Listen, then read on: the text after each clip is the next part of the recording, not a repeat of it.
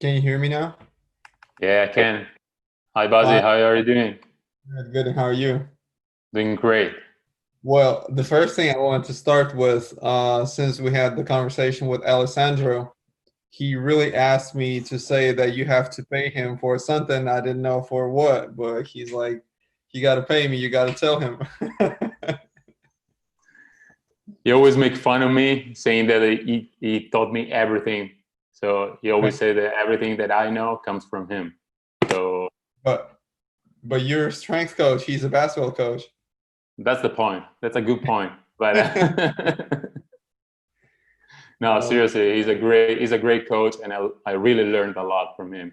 And we're gonna talk about this during the conversation, I think, and because a lot of the movements that all the players do on the court, I think uh, we as a strength coaches we must be aware of this movement, and if we work together with the head coach, we can definitely improve our players.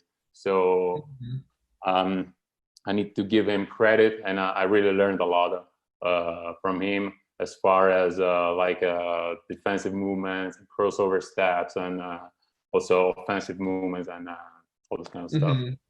Got it. Got it. Yeah, I loved his presentation. It was straight on point about dynamic. First, that when he told me the topic, I was not sure what it's about, if that's about defense or. But then, as soon as it started, and he showed the first two slides, and he started talking, I'm like, okay, got that one. So yeah, let's wait maybe 2 more minutes, and then we can Yeah, start. So great. as of now, you guys are close to be back into the season. Yeah, we're So gonna start the season in 2 weeks, and we started let's call it a pre-season 3 weeks ago, and okay. it was pretty weird because we had to split the team into two groups. The first group was the Israel was made by the Israeli players, which were not in quarantine, while the second group was formed by all the American players that decided to came back. But before going back on the court, they had to observe 2 weeks of quarantine. Oh, So for the first 2 weeks, we just did a home workout, and basically they started to play basketball on the court 5 days ago. hmm.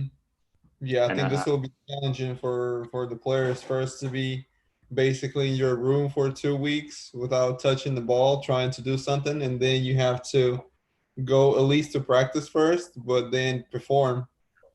true. Yeah, that's really challenging. It's challenging for the players, it's challenging for the strength coach, it's challenging for the coach, for everybody. But we managed the situation like this. So we brought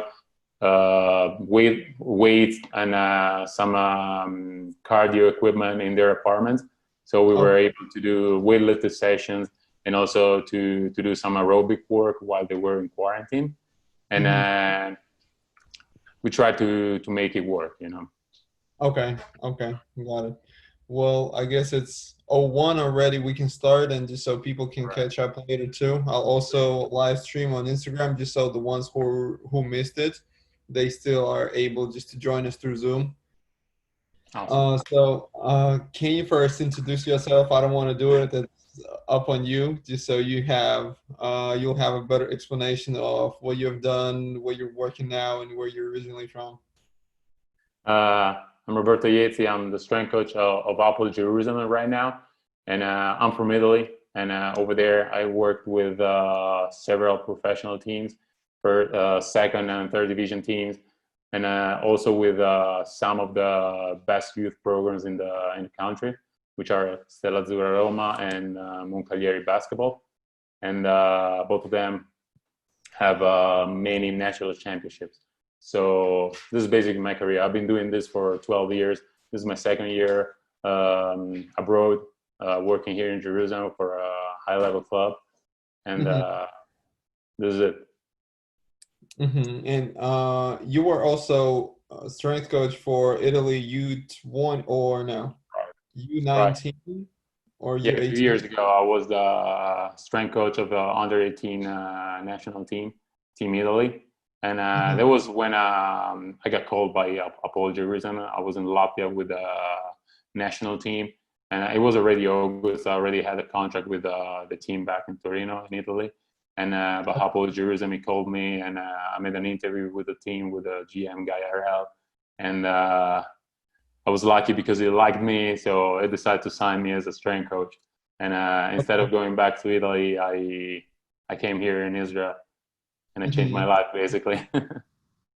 And the reason how I figured out about the national team, I was talking to the head strength coach for Russia U18 national team, and I was recommending him to watch this webinar that we'll have. He was like, the face looks familiar, but I don't know where I saw him. And I'm like, he's from Italy. He works in Israel now. He's like, he's a strength coach. I'm like, yes. He's like, oh, okay. I got it. I got it. Yeah, it's a small world. And yeah, do you have basketball background? Have you played basketball or? No, I don't have a basketball background. I grew up being a baseball player, and actually I played baseball since last year. I just quit playing, and that's my first. It was my first love. But then I also fell in love when I was 12 years old with basketball. I always played basketball pickup games with friends at the playground, but never played in a team environment. And I had the chance after my master's degree. I was studying in Rome. I had the chance to join Stella Azzurra Roma as assistant strength coach, and that's when my strength coach career started.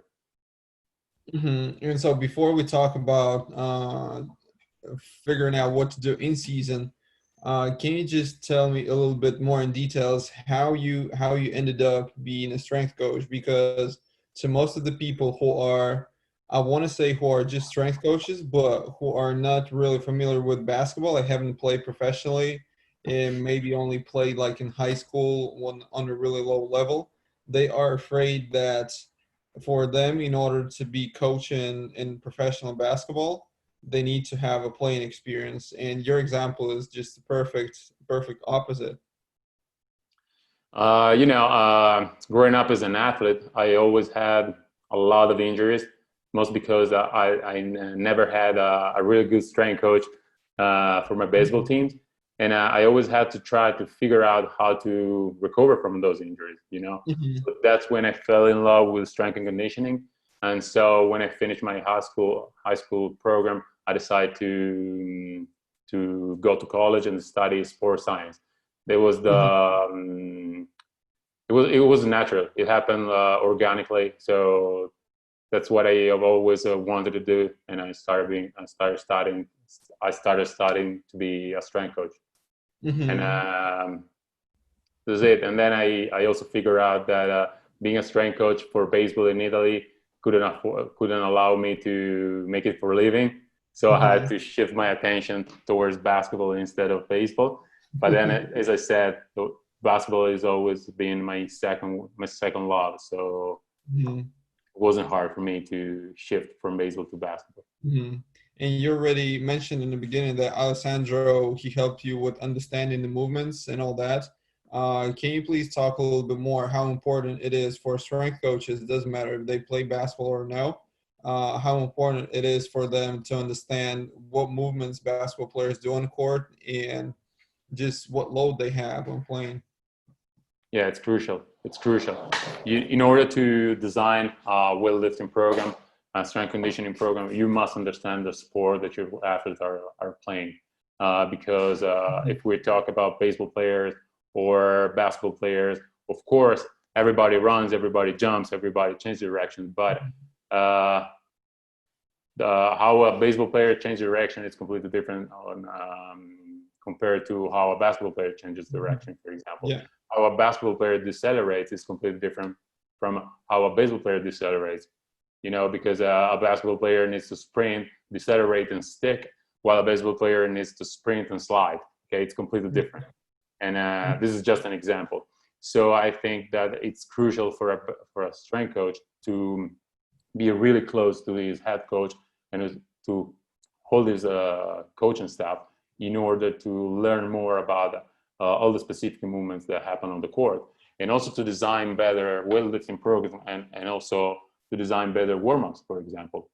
Because if I know that on one specific day my coach is gonna focus a lot on defense, then my warm-up is gonna focus more on maybe defensive slides, go crossover steps, and closeout drills.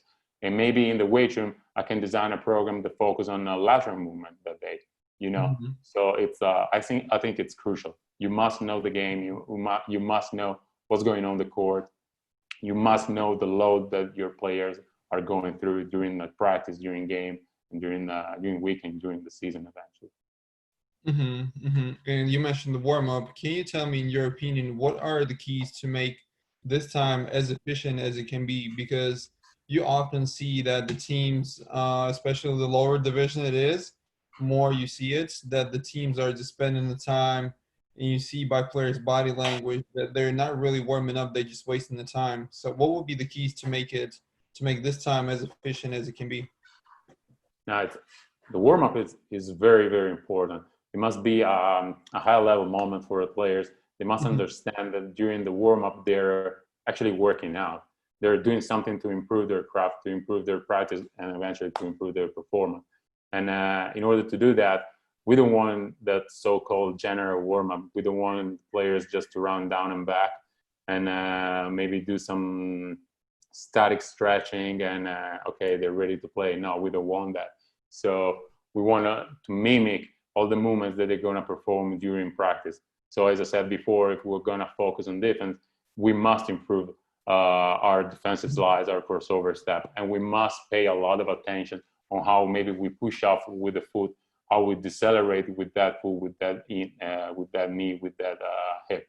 So, and this comes also from the strength coach.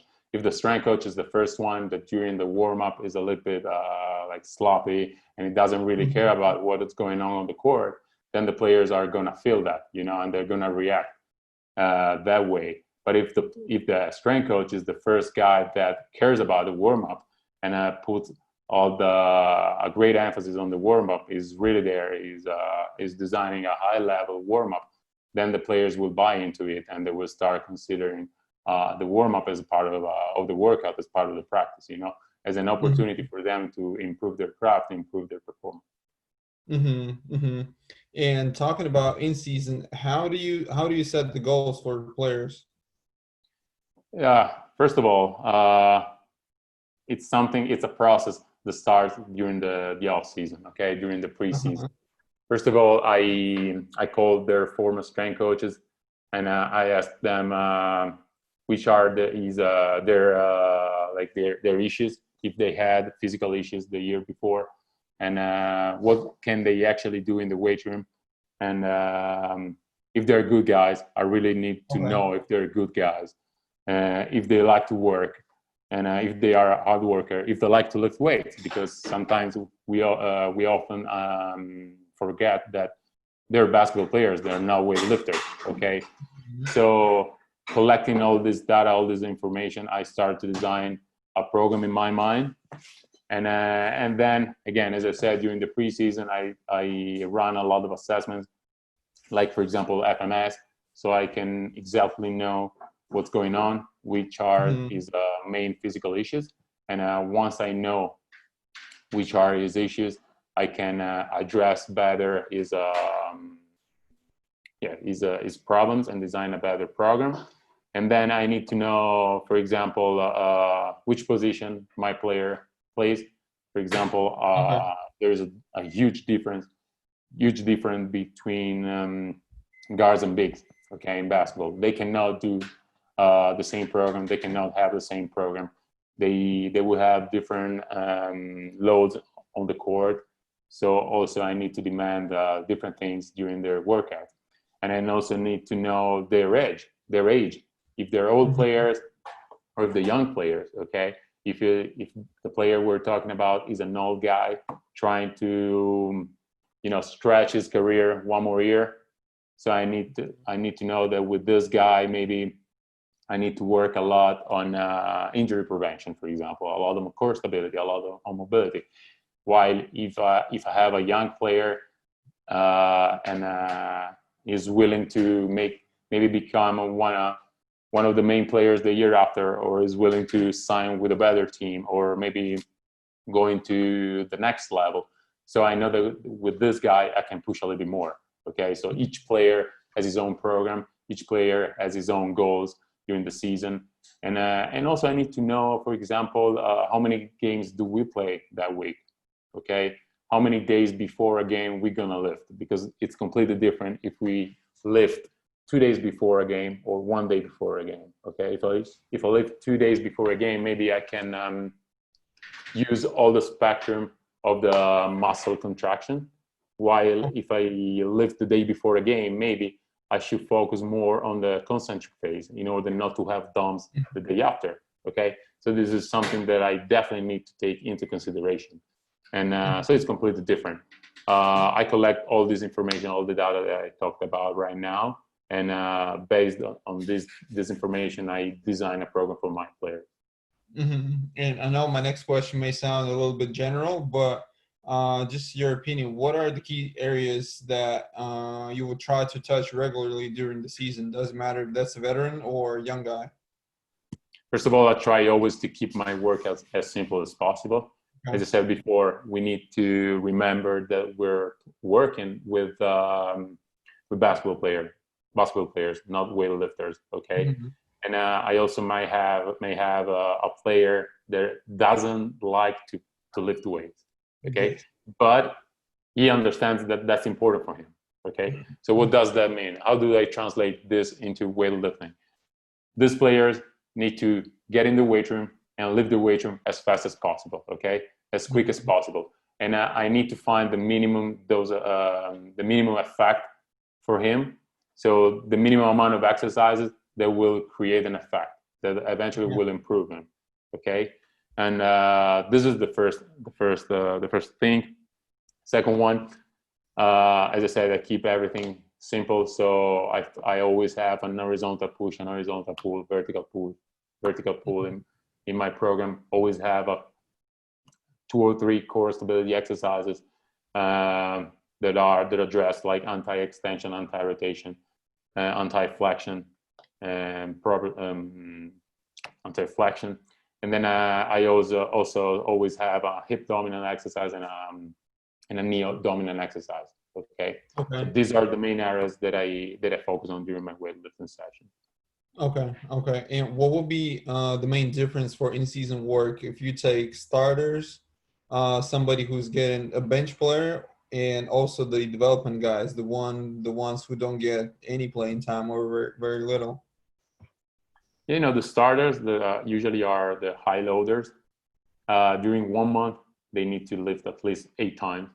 That's my program. Okay. That means twice a week. While bench players, 12 times, 3 times a week. Okay. And nominal players, 16 times, 4 times a week. Okay. As we said before, they have different goals, different programs. Okay. With the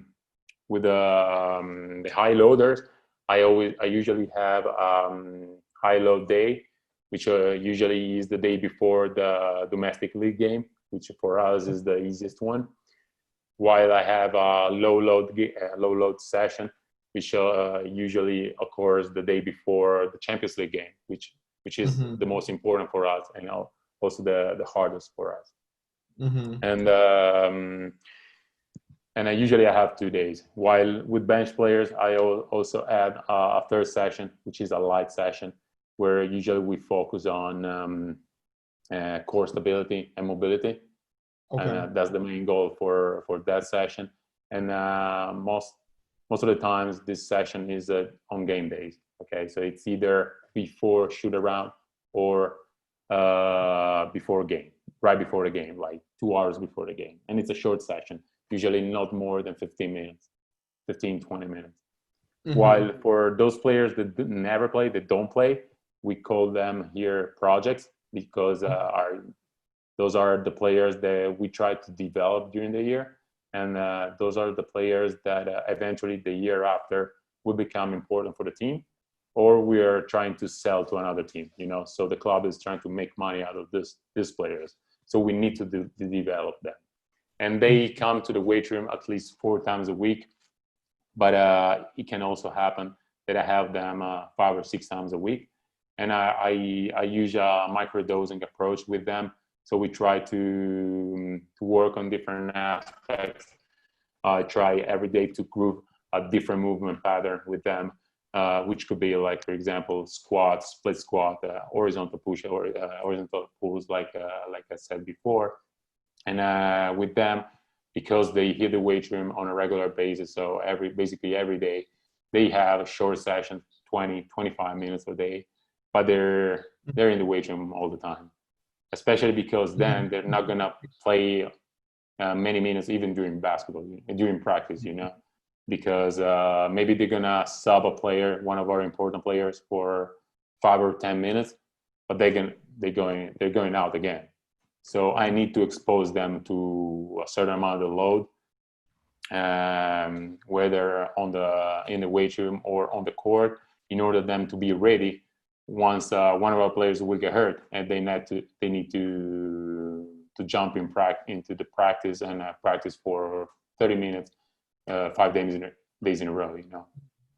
And talking about that extra load, and talking about the extra load for the projects, do you try to do something during the basketball practice? For example, you already know that they are number 13, 14, and 15 guys on the team, and you know that during 5-on-5, they'll most likely be sitting or standing, and your head coach allows you to take them and do some extra work where they can at least do sprints or defensive work.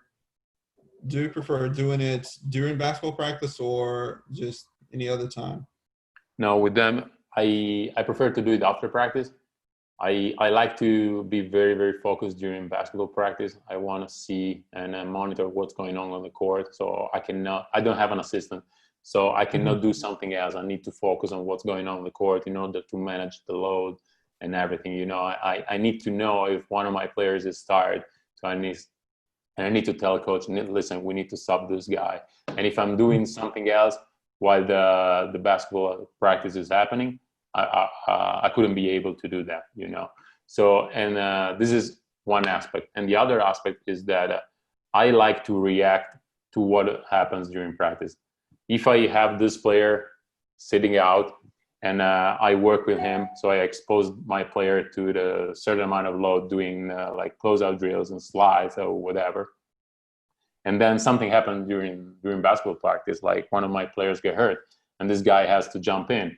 Maybe he's already tired, I cannot do that. So I like to react. If this player is sitting out for the entire practice, so maybe after practice I can add some conditioning for him, some other movement, some other agility stuff, but it's always after practice. And this is for practice days. If we're talking about game days, I already know that these guys are not playing no matter what, because they have 12 players before them. So with them, I work before the game, okay? Both me and the assistant coach, we go on the court at least 4 hours before the game start, before the tip-off, and we work with this project for at least 1 hour, both in the weight room and on the court. Okay. And to me, coaches are not just the ones who tell the players what to do, but to me, they're also more of a teachers. Is there anything that you do during the season to make sure you're motivating also especially those young guys that are on the team not getting minutes? Talking about basketball or like lifestyle? Yeah, just motivating them to do the extra work to make sure they are focused, that it's not a microwave success where it will be overnight thing and they're already be on the court playing, but it takes some time and they need to spend more time doing extra work. Yeah, first of all, they need to see improvement. If they don't see it, it's hard for them to buy into it, This is the first thing. Second, you must be always there. You must be there for them. So I have a yes approach. I always say yes to some extra work with the players, okay? Whenever they ask for more, I say yes. There's no day off for me, literally. And this is very important. They need to know that whenever they feel like they want to practice, whenever they feel they need to do some extra, I'm there for them. And And another thing is that I want my players to see that I walk the talk. So I do what I practice what I preach, you know. And so they need to know that if I make them lift heavy, I'm the first one who lifts heavy. Okay. If I ask them to run, to do some tempo run, I'm the first one who does it. If I ask them to do some defensive drill or some agility drill, I make sure that they know that I've done that before. I have experienced that, you know, and that really motivates the players, especially if they are young players. They need to see that we're there for them, and we definitely know what we're talking about. And just to make it clear for the others, you're talking about the extra work, not the team weight room sessions, but the ones where you only have a couple of players with you. That's the time when you can jump in and do something with them. Yeah, absolutely. I always make sure to have small groups anyways. I never have more than 6 players at the same time in the weight room. And that's exactly because I want to focus on every single player. And as I said before, I don't have an assistant. So I need to really to be focused. And if I have 12 players lifting, I cannot focus on all of them, you know. And eventually I will miss out a lot of things. And I really want to have small groups in the weight room. Most of the time I have 4 or 5 guys. It can happen that like sessions with 6 or 7 players could happen. But I try to keep the groups small, especially with the project. The project must work with really, really small groups, like 2 or 3 players at the same time, no more than that. And talking about the team weight room sessions, through your experience that you had in Italy and in Israel, what would be the ideal number of people you would want during the practice? Because obviously, a lot of teams don't have a luxury where they have assistant strength coach, and it's only you. Ideal, 1 coach every 3 players. That's it. That's the ideal number. But I also understand that it's almost impossible. So 1 to 5, 1 to 6 is still good. It's still a good ratio. Okay, got it. And we already talked about the extra work for the projects, but if we take the starters, when would it be the time, or where in what situation would you have extra work with the starters, let's say after the game? And obviously after the game, it will probably be after home game since you have a weight room available. I never worked after games. I don't really like it. And a lot of times I work after practice. If they ask to work, we can do a short circuit, a small workout, like a real quick workout, like 15, 20 minutes, and they're out of the weight room. And that will happen. But again, I try to educate my players on lifting on game days. I think that's really, really important. It allows us to save an extra day, to rest the day after a game, to put in more work. And once they experience it, they understand that it's beneficial, okay? And it's not detrimental for their game. They will definitely benefit from lifting right before the game. And that's something that I do on a regular basis, especially with my starters. And I'm glad you mentioned that one, because I still know a lot of pros who don't want to lift during the game day, and they're kind of like thinking that it's just a waste of energy. While on the other hand, if I'm thinking, okay, if you're a player who are able to utilize this weight room session not only to still have some gains, even though it's a game day, but also to kind of pump yourself up before the game to make sure you're feeling light, you're feeling that you're ready to jump. That's the key to me. You know, lifting right before the game has a multiple effects. First of all, you can keep your hormonal ratio positive, so you can pump up your testosterone right before a game. It's always a great idea, in my opinion. Yep. And second, we need to consider a mental aspect. Okay, so our player that is lifting right before the game, he knows that he's doing something more than his opponent. Okay, and this plays a huge role. during a game, especially during important games. And then I'm not that crazy. I mean, I don't lift really, really heavy during on game days. So they can also use the weightlifting session as a mobility session, a warm-up session. You know, they can really groove one movement. They can choose, like, for example, the squat pattern and groove it using like 3 or 4 different exercises with a limited load. And then they're ready to go. They're ready to do the pre-game warm-up and to play the game, you know. And especially because holding a load allows us to reach like deeper positions. I'm talking about squats, single leg deadlift, and split squat. They are able to reach deeper position compared to regular mobility.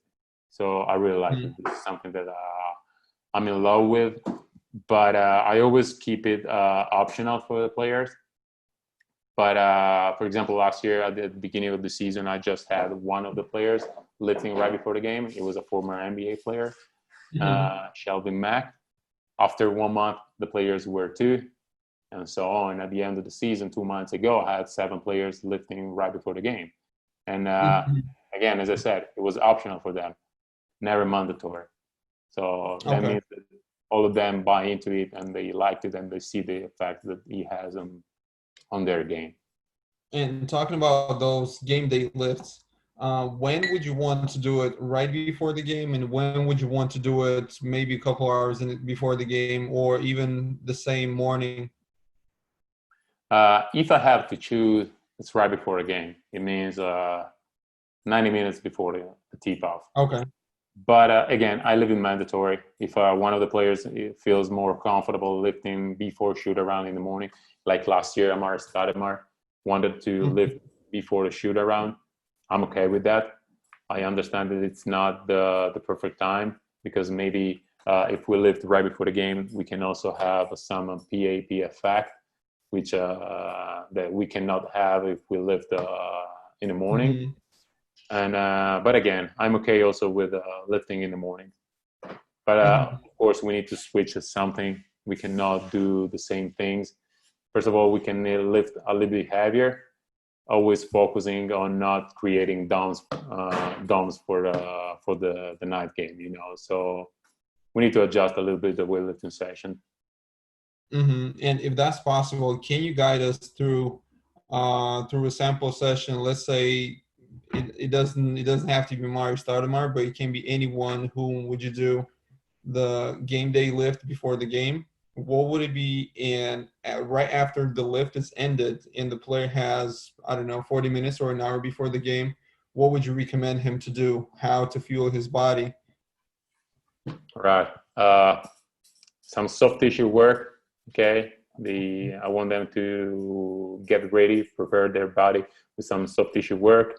Then I run them through a mobility routine, simple, 3 exercises. And then usually I use a circuit. As I said before, always keeping it simple, okay? Some push, some horizontal push, some horizontal pull, some vertical push and pull, knee dominant exercise, hip dominant exercise, some core exercise in a circuit fashion with light load, 2 or 3 rounds. It depends on how much time do we have and how many players I have that day. Again, because I'm going to focus on all of them. And then they're ready to go. And most of them, they finish even before that, because even before 40 minutes before the tip-off, they're also able to go jump on the court, do some shooting, some individual work with the assistant coach, and then they go back in the locker room. And I recommend always to stay hydrated. That's something that I focus on a lot. I always try to have my players see me holding a bottle of water during the day. So in order to remind them that they need to drink. And again, as we said before, I need to be lead by example. You know, I need to be an example for my players. So even though I'm the first to drink water, to always have a bottle with me, they're gonna end up drinking water in the day. If not, they're gonna forget about it. They don't consider that as important as it should be. And then I recommend to eat something, whether it's fruit or some energy bar right before a game. And if they're used to, maybe also a coffee shot could be really, really beneficial for the game, but they need to be used to that. And again, I leave it optional, not mandatory, because I know that it could also have some side effects that we don't want. And yeah, this is it. Again, keep everything very, very simple.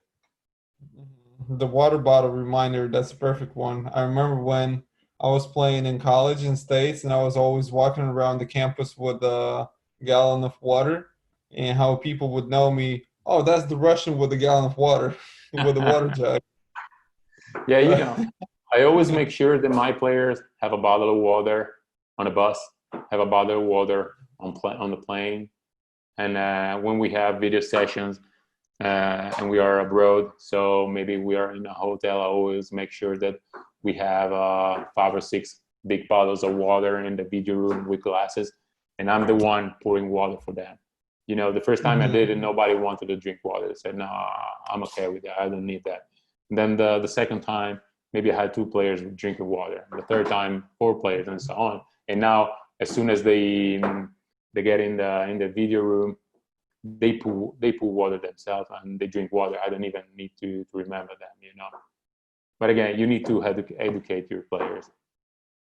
The more conversations I have with the coaches through the summit, the more I understand that consistency is the key. It's just, even though the first time not that many players will buy into such simple thing as drinking water, if you keep doing it consistently, you'll gain the respect of one person, then you'll have the trust of 2 others, and then within the next couple months, you'll have the whole team basically.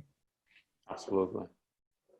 And in one of my recent talks I had with King's G League team strength coach, we talked about the difference between in-season strength training for guards and for bigs. And the only thing he did differently was he said that closer to playoffs, for bigs, he adds more core and more upper body work, just because bigs get beat up more in the paint. Is there something that you do differently for guards and bigs? Yeah. With bigs, I work a lot on isometrics. They need to resist, when they play post up, and they need to be ready to have some kind of core stability during isometric movement. Okay, so they need to resist and withstand those kind of situations on the court, and they need to be very, very quick within a few meters on the court. And so it's a completely different approach. And also when it comes to weightlifting, they can experience 2-leg exercises, like for example squat, deadlift, because those are the main positions that they're going to have on the court. While if we talk about guards, so with them I need to work also on sprints, decelerations, like 5-6 meter sprints, which is something that bigs don't do on the court. And for example, I need to work a lot on change of direction, on again defensive slides. It's hard that a big does like 3 or 4 defensive slides in a row. It's not common, And considering that, also in the weight room with guards, I do a lot of single leg exercises and assist the single leg exercises, and also support the single leg exercises like RFE, a split squat, and stuff like that. I try to mimic the movement that they're gonna do on the court. And of course, with bigs, then I can also focus on maximal strength and hypertrophy with them, which is something that maybe I don't address during the season with the guards, because they want to feel light. They don't want to gain a lot of muscle during the season, and they don't want to feel heavy. They don't want the weightlifting session to impact their shooting, and this is very important. Even if sometimes it's just a mental aspect, but we definitely need to consider that. Got it. And it makes sense, especially about training isometrics for bigs, knowing how they have to hold the position, how they have to seal their man and ask for the ball. That's important. Yeah, it is. Well, before I go to my next question, one thing that I wanted to say to all the people who are listening, you're more than welcome to ask the questions. I basically have one more question on this topic, and then it will be more of a Q&A where you can ask Roberta anything, and it's up to you. You can either write it in the comments or you can raise your hand. I'll unmute you and turn your video on, and you can just ask him in person. Well, still in person, but whatever we can. So my question is, what are your top 3 favorite exercises? It can be the ones that you either use very often or the ones that you find give you the most results. Doesn't matter if you're working with a big or with a guard. All right, first one, number 1, single leg deadlift. And Okay. I like it a lot.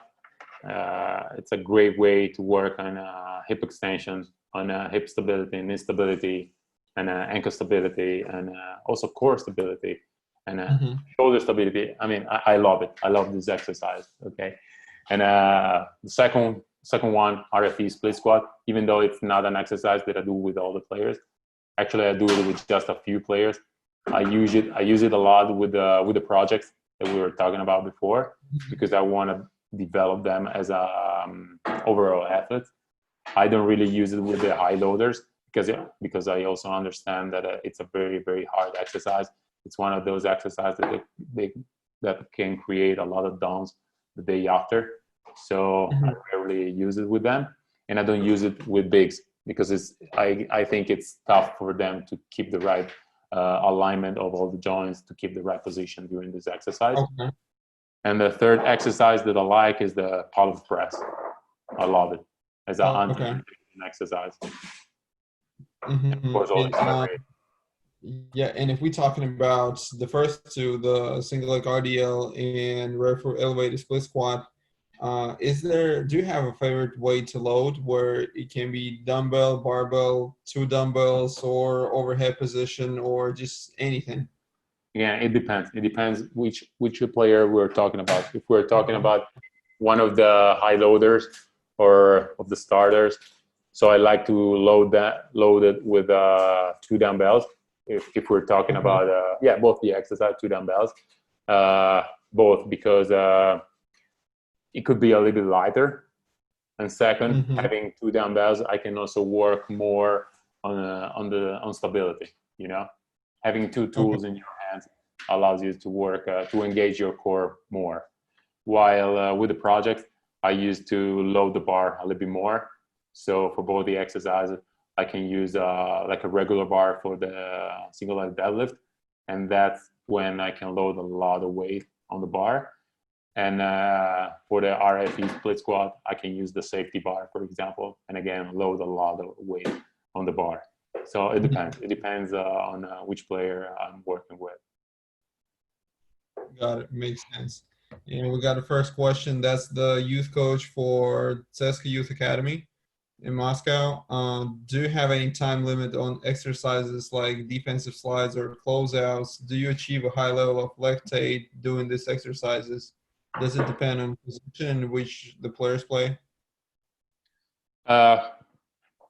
Usually, I don't reach a high levels of lactate, because I always try to keep the ratio 1-3, 1-4, and I don't do a lot of repetitions. Okay, for each exercise, maybe I do 4 or 5 reps, 2 or 3 rounds.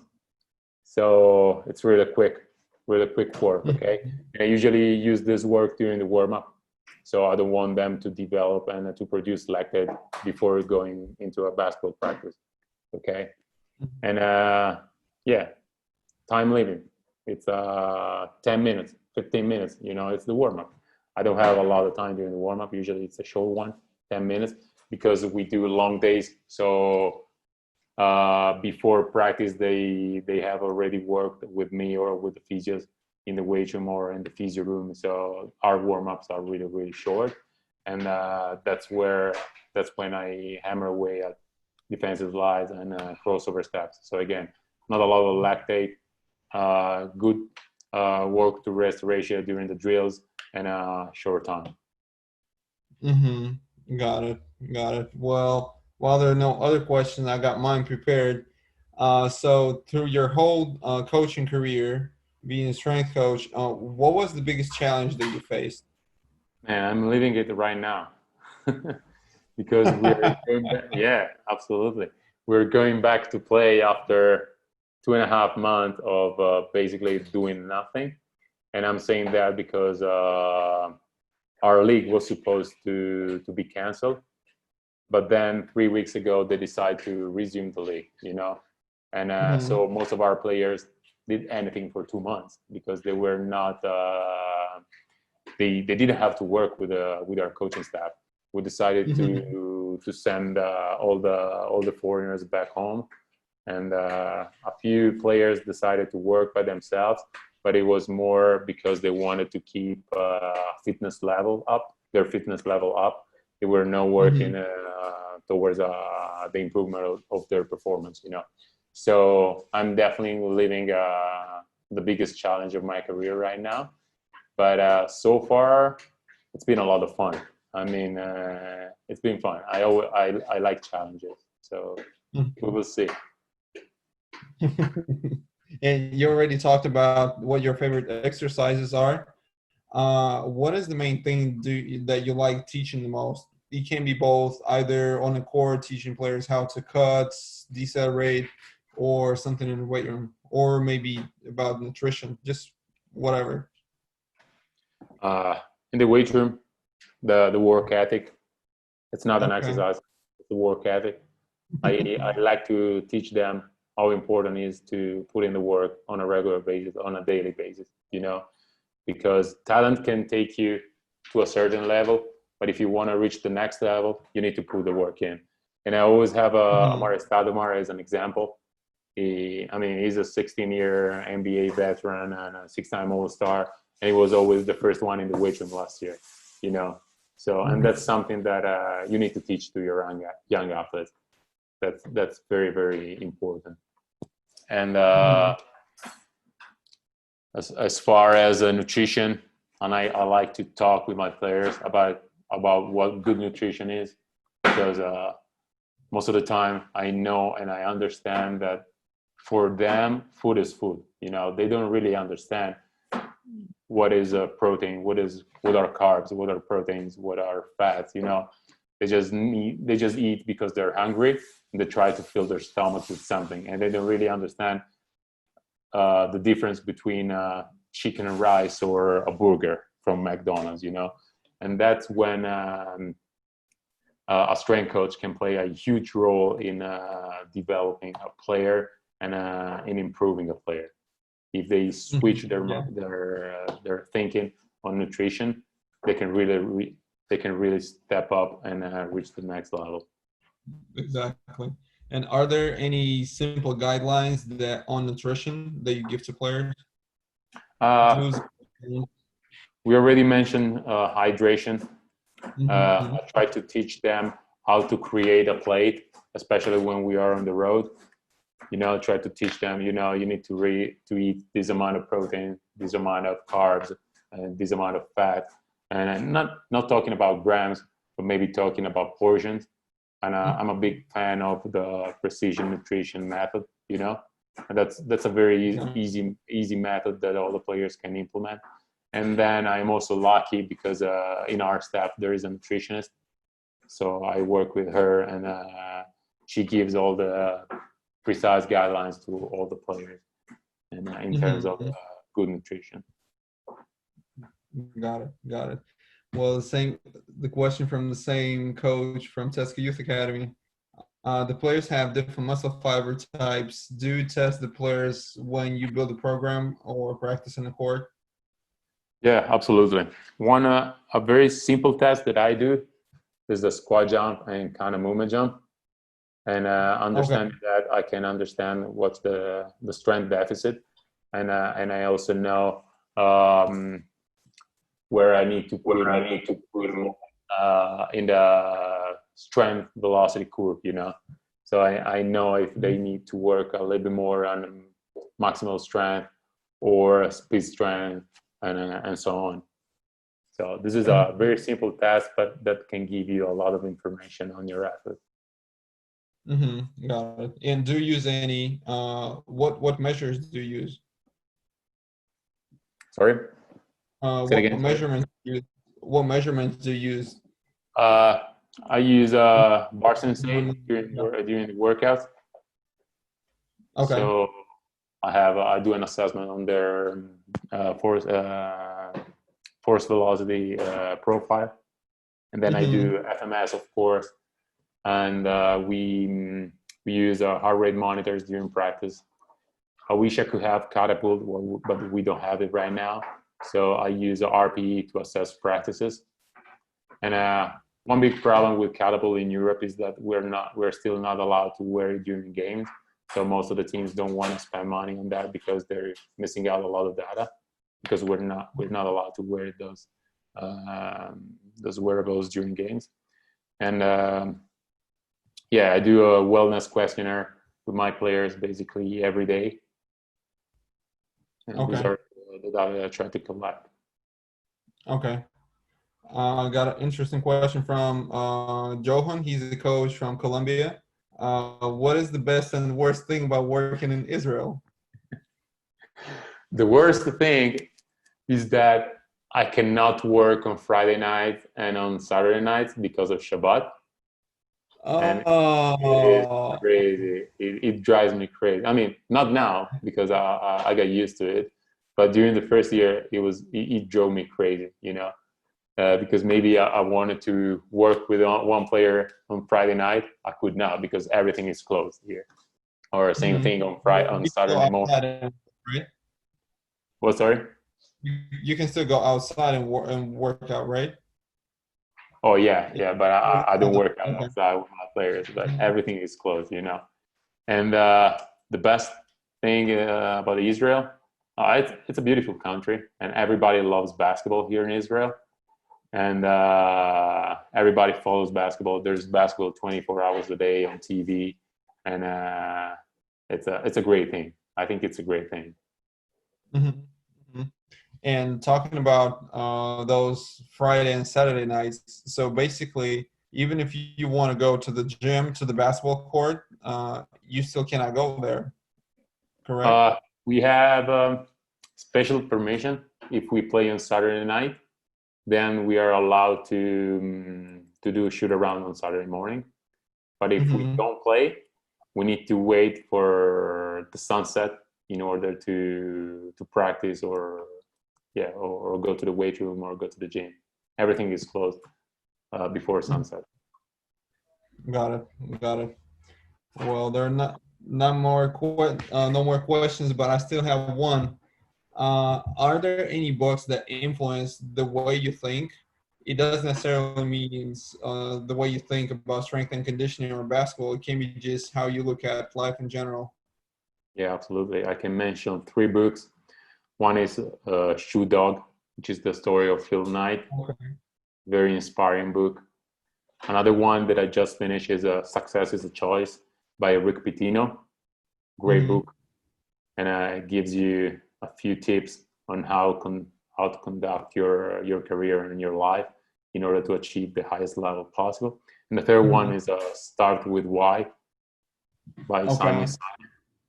This is very important.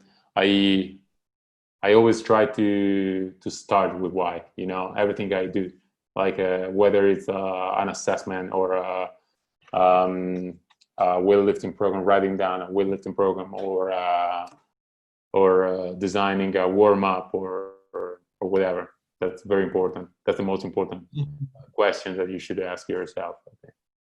Yeah, fully agree. Because if you don't know what you do and you're just doing it just to do the work, it's only half of the job done. You have to understand the why behind it. Absolutely. And also not just you, but also if the players know what's going on, why they do it, I feel that it will transfer better to the court, all the work that they do. Yeah. You need to have a plan. And your players need to know that you have a plan. You cannot just go with the flow and just Mhm. throw random stuff at the players. No, no, that's not how you want to work. Agree. Well, before we finish, I wanted to ask how people can reach out to you if they have any questions. They can reach out to me on my social media, Instagram and Twitter. I'm very active on Instagram, a little bit less on Twitter, and just it's Iezzi Roberto 34. It's my nickname. Or they can also check my website, which is robperformance.com, and they can also check my podcast, Sport Vitamins. And Oh, you have a podcast? I didn't know I do, that. man. You need to check it. I will. And yeah, I'm just typed that. I just typed your Instagram just so people can follow you. And if they have any questions, reach out. It's Roberto underscore great. Iezzi 34. Yeah, Well, I Roberto, always thank answer. you. I answer to Yeah. everybody. So Yeah, I mean that's how we should be. And I'm glad that this pandemic brought all the coaches together because not only this Global Stars Basketball Summit, but there are a lot of other great summits, and I see plenty of high-level coaches willing to share. And it feels so great that everybody wants to take part in educating and kind of like giving out the knowledge, just because there are some people who are not able to travel, who are not able to go outside of their apartments, not able to learn, and this is just a perfect opportunity for them. yeah, sure. It's a great time right now to improve our craft, improve our knowledge, and Mhm. that there has been many webinars and many events like the one that you just created and you're doing right now in order to improve our job and our profession on a daily basis. So it's a great opportunity for us to study more, to learn more right now that we have the free time to do that. Mhm. Because once we go back to basketball, once we go back to our job, I think we're gonna be in the gym for like 24 hours a day. So let's try to take advantage of it right now. Mhm. Now the question is how are you going to take all the information that you learned and use it? That's the next thing. So you can separate yourself by from others by learning a lot, but then now you can separate yourself from all the others who learn a lot just by how you apply it. Sure. Well, yeah, I appreciate your time again. Thank you. I Thanks for can't having thank me you. on. Yeah, and I'll make sure we save it and we'll upload it to YouTube later just so people can rewatch it, or you can use it for just for later too. All right, great. Thanks for having me on. It was a lot of fun, and keep pushing, keep doing what you're doing. You're doing a great job. I really appreciate what you're doing for all the strength and conditioning work right Thank you, and don't forget to pay Alessandro. now. I will. I will. Don't worry. All right, have a good night. All right. Bye.